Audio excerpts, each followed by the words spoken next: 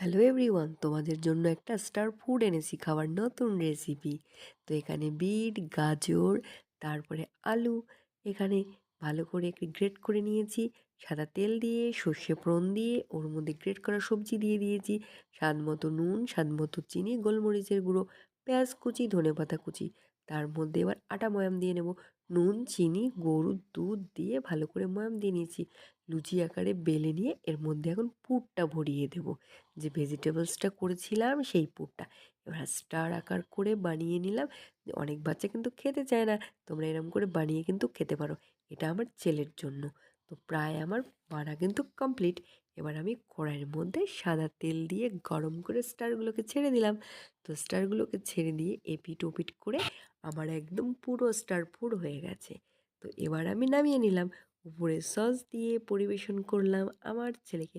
তোমরা এটা খেতে পারো।